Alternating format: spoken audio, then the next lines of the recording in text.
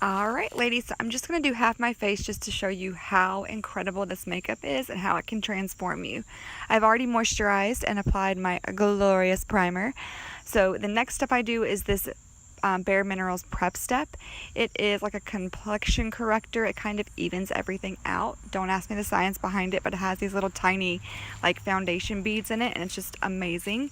I'm going to be using my BB cream, of course. You know I am obsessed with our BB Flawless Cream. This is in the shade Bisque, mixing in just a little bit of our concealer in Taffeta. So I mix these two together because the BB cream is amazing for your skin. It acts as your foundation, your concealer, your primer, a moisturizer, and a complexion enhancer all in one. So I want those benefits, but I want a little bit more coverage. So that's why I mix the concealer in, and also because both of these finish out to kind of a natural finish, not too dewy but also not matte, and being dry myself, I prefer a natural or a dewy finish. So I blend it all out with a damp beauty sponge, and then I'm going to take the concealer, this time in the shade Scarlet, and go under my eyes. I do start the blending with my fingers. That really helps it just to melt right into my skin. And then I finish it with, again, the damp beauty sponge. That is my most used tool.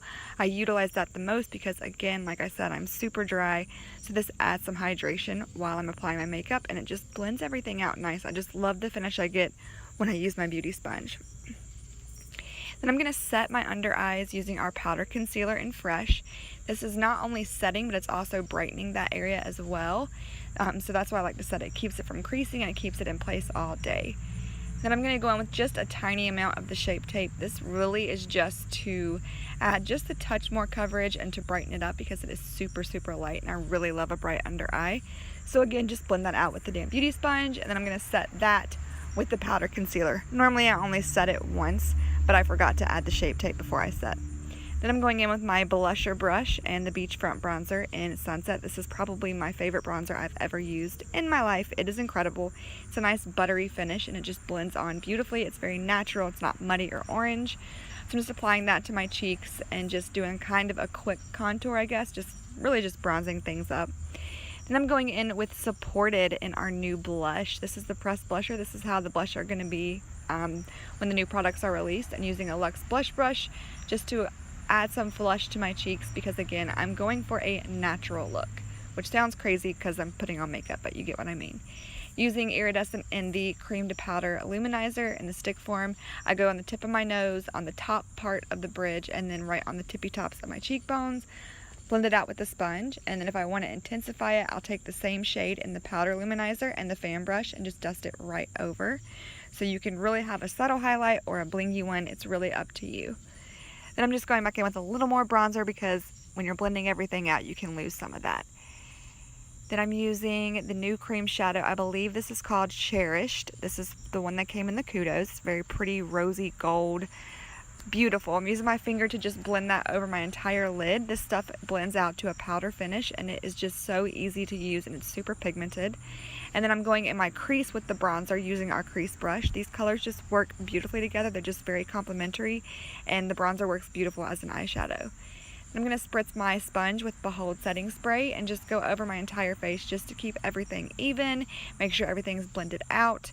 I do this a couple of different times.